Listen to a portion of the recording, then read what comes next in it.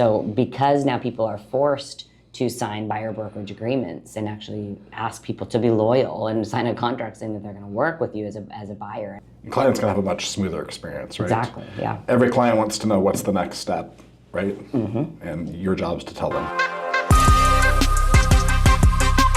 Welcome to the Growth Drivers Podcast, the show where we break down the leadership frameworks, mindset shifts, and strategies that fuel entrepreneurial success, personal transformation, and business breakthroughs. I'm Rachael Novak. And I'm Mike Novak. Let's dive in and start driving your growth.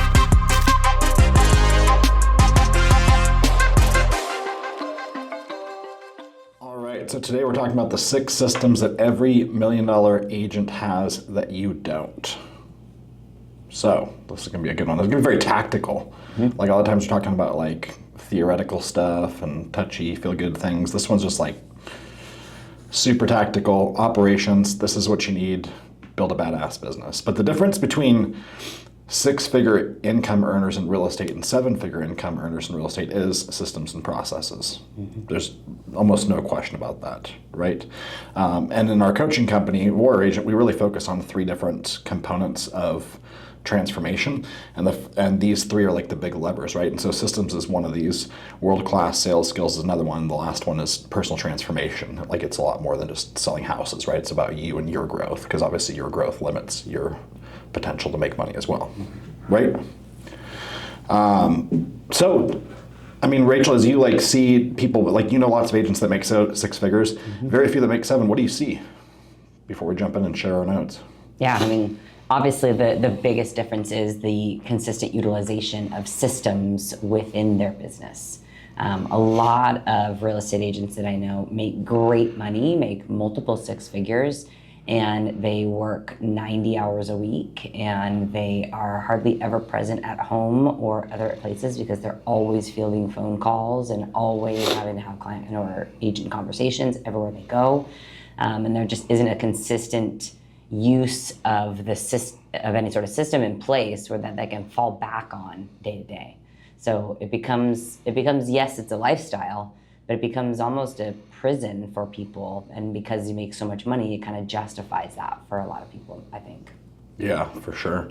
Well, let's jump into the 6 systems, and we can just kind of briefly touch on these. We're not going to go super deep on them because this would be like a 2-hour podcast. Yeah. We'll just spend a couple minutes kind of giving you an idea of what each of these look like. So the first one is a proven buyer system.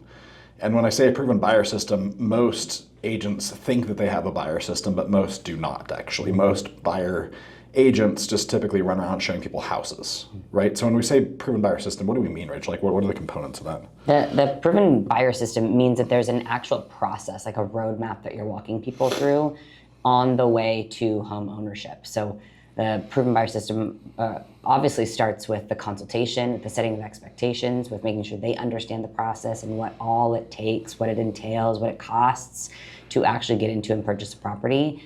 Then setting the stage, of course, for the next phase, which is touring properties and looking at them. So you again, like setting the expectation, making sure they understand what we're looking for, justifying the price with comps. Like there's all sorts of things within each of these phases of this proven buyer system that are essential to setting the expectations and delivering an outcome consistently each time when you're working with these people.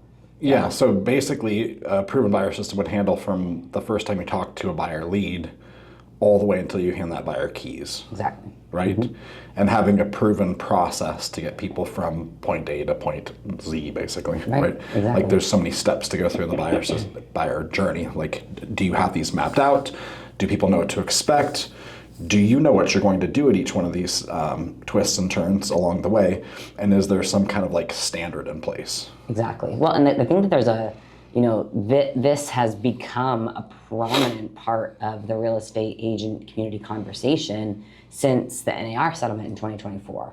So because now people are forced to sign buyer brokerage agreements and actually ask people to be loyal and sign a contract saying that they're going to work with you as a buyer and as their agent, you now have this system where some people are following the process and they are creating systems to consistently do this, and other people are, still kind of winging it and getting it signed just for the, liability and because they're supposed to. So, having and employing the proven buyer system will absolutely change the game when it comes to the consistency of outcome for the clients that you're working with. Client's gonna have a much smoother experience, right? Exactly, yeah. Every client wants to know what's the next step, right? And your job is to tell them to map that all out. Exactly. So, okay, how about proven listing system? Like, what comes to mind when I say that? Yeah, I mean, same exact thing, right? Like we have a 19-point marketing plan. We have a roadmap with the different 4 phases broken down in the listing side, just exactly like we do on the buy side. And so being able to articulate what each of those phases mean, the responsibilities of the client in each of those phases, as well as what we do as agents in each of those phases, sets the stage for such a better transaction and sets expectations for communication and clarity and decision making moving forward, that you can literally put people through the same system every single time and get a similar or same outcome, right? The only variables, of course, would be market conditions, inventory, things that we can't control. But if you have a proven listing system and you are constantly controlling the variables that are within your actual control, you can build a track record on having these proven systems. Yeah. Okay. So some of the systems we use on the list side, like we send people a whole listing presentation to view before we even get to their house with high notes, right? We ask them to watch a couple of videos to pre-frame the meeting. We have kind of a process we go through for the listing appointment. We have a process on what happens once we sign the listing, like what happens next, well, the listing coordinator steps in. We have a process for pre-listing, that period from when you've signed to when you actually go on the market. We have a process for pricing the house, right? Exactly. We have a process for active seller, like, what happens when they're just sitting on the market, what kind of information are we giving them, what kind of follow-ups are we making? How often? Right, and then what do we do when we get an offer, and what do we do from offer to close? Exactly. Those are all part of the system, right? Exactly. And I mean, I think, the way that I explain it, I know you have used this as well, when you're explaining that you have a system to a client, and especially on the listing side, when you talk about the proven system, we refer to it as a formula, like a recipe, right? And these are the steps that we suggest that you take take advantage of this proven listing system, this proven sold process is what we call it. And anybody who goes outside of the suggestions or who goes outside of the process, we can no longer guarantee those results. Similarly to if I'm making a batch of cookies and I decided to go off recipe and I don't include all the salt or I use a completely different kind of sugar, there's no guarantees that those cookies are going to turn out the same. So having a system, being able to plug people into it, utilizing, like Michael said, every single step of the way, we've got a system, we've got a process for each of those steps so that the client knows what's coming next, is such a key part in having consistency with the results that you're getting for your clients. Yeah, so that's the buyer system, that's the listing system. Next up, I had down the proven assistant system. You should talk about this. A lot of people, I think, underutilize their assistants. I think that there's a lot of things that you can do to get maximum mileage out of your assistant. But I think it starts from how do you hire this person? How do you compensate this person? I see a lot of mistakes on compensation, like doing per file bonuses and stuff like that on your assistants, things that don't scale. But like, what are the rhythms? What do they own? You know what I mean? What do they do for you? Like with my assistant, I expect her to drive projects. She's not just like a task doer, but she's going to actually produce outcomes. So she's like an extension of me. But I think one of the best parts of the assistant system is the Dan Martell process. If you've read Buy Back Your Time, his morning meeting process with your assistant is a very good one. Gives you a touch point to talk through what things you need to hand off to your assistant, what your calendar looks like for the next week or two, things that she needs to close loops on for you, things that you need to do that she needs you to take care of, email, like what did she respond to, what do you still need to respond to, all of those kind of things. And you mentioned the book, but it's Dan Martell's Buy Back Your Time. Total game changer when it comes to this list, the proven assistant system. Yeah, and for some reason there's a lot of reluctance from agents to hire assistants just because they can do it better or they like doing task-driven work. And if that's the way you think, you'll never get to 7 figures of income, that's for sure. Like it's not about you doing it better. It's not about you having the ability to do all these different things. It's getting singularity in your focus to do what you do exceptionally well that makes you the most amount of money, which typically for 7-figure agents is setting appointments and going on appointments and negotiating. Exactly. So anything other than those 3 things, you'd want to consider having an assistant or somebody else take over. 100%. Yeah, I mean, I think it's, a lot of people's, like you kind of mentioned, egos get in the way of themselves when they think that they can do it better. They know that they'll do it right the first time. There's all these excuses as to why they're not going to bring an assistant in, where like an assistant is a partner in your business, right? Like they are there to support you, help you, keep you in the lane of activities and revenue generation that you need to be in to continue to build the business. So if you have an assistant and you're giving them work and you're plopping things on their desk for them to do, and then you're getting back 50, 60, 70% of that work because you're not empowering them to make decisions, you need to have a checkup from the neck up and really look and say, am I empowering this person enough, or is this the right person in this role? Yeah, the right person should be able to produce outcomes and not just check boxes, right? I'm not looking for a box checker. Yep. Exactly. So, the proven lead flow system. When I say that, what comes to mind?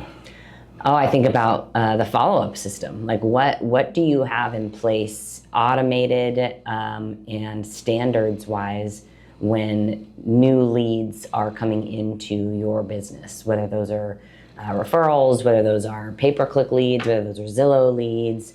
What is the process of communication? What is the cadence of outreach? What is the messaging that's going out to them consistently? What kind of system do you have to nurture these leads? And what kind of standards do you maintain, especially if you're running a team or you have people that you're leading or mentoring?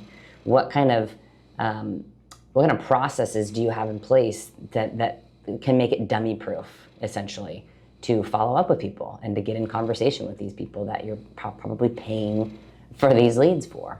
Yeah, how do you organize your database? What do follow-up cadences look like? What do stages look like? What do tags look like? What do searches look like? What is the expectation and process for all of these things? I think that our CRM SOP is like 15 pages long. Yes, it's a significant process to accurately and thoroughly follow up with leads. So having that lead flow system, and it's a constant thing. Like we've had to change, some of the outreach and some of the attempts with the lead flow system, and we've had to evolve that as the markets change, right? So there was a time where there was hardly any outreach, there was hardly any nurturing, because people could buy within a month or two of thinking about buying a home because of interest rates or because of cost and affordability. And now it's definitely become a different market where it's more relational. You have to build those relationships. You have to nurture those people. You have to give them value. You have to continue to follow up. You have to make sure they know that you have their best interest in mind and have that rapport with them through the lead flow system in order to actually turn it into a transaction for them. Right, and if you have Follow-Up Boss like we have, they've updated their automations very recently. It's still in beta testing, but now you can basically change one thing and everything else can change for you. And we use stage triggers in our team as that's the thing that kicks off everything else. Creates consistency in how you organize your CRM. All right, number 5, the Proven PCSOI System stands for Past Clients and Sphere of Influence. What are some signatures of that system, Rach?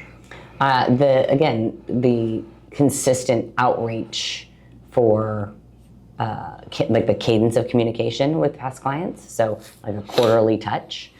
So part of our system includes a quarterly gift, newsletter, small token item that is a fun household or a useful item, client events, having recurring client events year after year that people are invited to is part of that system. And then, of course, the outreach itself, the calls, the texts, the emails. We also do the birthdays, home anniversaries. We're connecting with another software to utilize sending them a gift card, sending them a handwritten card from us on their birthdays and anniversaries, just to have a touch point with them. So. Yeah, I think it's Send Cards that integrates with Follow-Up Boss that can do it automatically for you. AM cards. AM cards. Yep. Okay, yeah, that's it. Yep. Send Cards is the old one. It's all about just knowing what you're going to do and when you're going to do it, so it's consistent. A lot of people they talk about wanting more sphere business, but they take absolutely no action in any organized way to actually cultivate their sphere business. They think it's just going to drop on their lap, and that's not the way it works. Exactly. So. Yeah. That's absolutely true. I think people assume that posting on social media and look at all these sales that I'm doing or look at these closings I'm having, and here's my cute Canva infographic, that is PCSOI reach out. And to be clear, y'all, that is absolutely not PCSOI reach out. PCSOI reach out, a past client or a sphere reach out, is getting in relationship with somebody. It's connecting with them where they are at. So if you want to use social media, we do for sure, but get into communication with them, respond to their stories, text them something that you saw an update in their life that they posted. Like, get into their life. Don't expect them to jump into yours, because it's not going to be relatable until you actually want to relate with them. Totally. And then the last one, the proven leverage system. So, I mean, obviously assistant is part of that leverage, but what are some other things that we like to use for leverage that would be part of like an overall structure and system, personally and professionally? Yeah, so I mean, let's start professionally. Professionally, we've run the showing partner model for many years, 6 or 7 years now, and it's a proven leverage system. It allows us to, again, stay in our lanes as agents, be the ones driving revenue, be the ones having hard conversations, converting clients, negotiating deals, but it frees us up from the more time-consuming aspects of the real estate industry, which is showing houses, gathering information, making phone calls to get HOA documents, and asking questions of listing agents on different listings. So a showing partner is a huge piece of leverage, especially as an agent who works with a lot of buyers, right? That's an essential piece. Other things, in our world that we utilize are a listing coordinator and a runner. So we have a couple of people in our world who their entire job, their entire role revolves around taking clients from now we've signed this listing, and then nurturing them, providing them value, getting them contractors, helping coordinate timelines, helping solve problems through that entire pre-listing process, all the way to when we're about to hit the market. Agent jumps back in, has the price conversation, sets expectations on the market climate, and takes over. So having that piece of leverage is huge as well. There's a lot of real estate agents that think they need to do it all. They need to be the ones who are staging it. They need to be the ones who are, like calling the contractors and meeting the contractors out there. Meeting contractors, or even sometimes staging properties, is not a revenue generating activity. That is a fulfillment activity. And anything that is fulfillment, that is fulfilling on a promise that you as the agent have made, should be taken over by your leverage in your business. Yeah, that's where the mindset of being a 7-figure income earner is different than a 6-figure income earner. Like, we look at ways to have other people do things so we can stay in our lane. Exactly. On the personal side, when it comes to leverage, and this affects both professional and personal, but having somebody come into our home, house clean, laundry, food prep, that has been a complete game changer for our family. So we bring somebody in, she's wonderful. She only works 15 to 20 hours a week, so it's incredibly affordable, but she takes the weight of all of our laundry. She takes all of our, gets the Instacart, puts all the groceries away, turns the fridges, does food prep for us. So she cooks up bulk proteins or slices proteins, makes rice, does the things that whatever we need her to do, tidies up the house, walks the dogs. Like, it's an all-encompassing role in our life. But what that does is that allows us to be super, super present at the office and at work. And so that we're not having to stress about, I've got to get my laundry done because I need this shirt for tomorrow, or I'm out of gym clothes, so I need to go do a load. Like, we don't have that stress, that underlying stress that a lot of people live their entire life with, not realizing that how much that actually takes away your brain space from getting a bunch of shit done at work. So when you're able to pass that stuff off at home, know it's going to be done, trust that person, it is worth a couple $100 a week in order to be able to be really present at work and be even more productive, for sure. Yeah, and then maybe like some childcare for your kids, like we have a nanny. Yep. Or an au pair. Yeah. And then little things like Instacart we use as well. Yep. So don't ever go shopping. So, but as you can see, like, this is not only just systems, but it's also mindset. Like, the mindset shift and growth to go from 6 to 7-figure income earner is absolutely massive. And it's going to require you letting go of a lot of things you're holding on to really tight right now. So, but if you're interested in more systems, obviously reach out to us. These are things that we have systems on that we teach in our coaching company to real estate agents. So you're not just like left to wonder what to do for these things. We've got step-by-step SOPs for each and every one that we coach people to. So that's it for this week. We will see you next week. See you then. That's a wrap on today's episode of Growth Drivers. If you found value in this conversation, don't forget to subscribe, leave a review, and share this with a fellow entrepreneur. For more insights, tools, and resources, visit us at thewarrioragent.com. Keep pushing forward, keep leading with purpose, and we'll see you next time.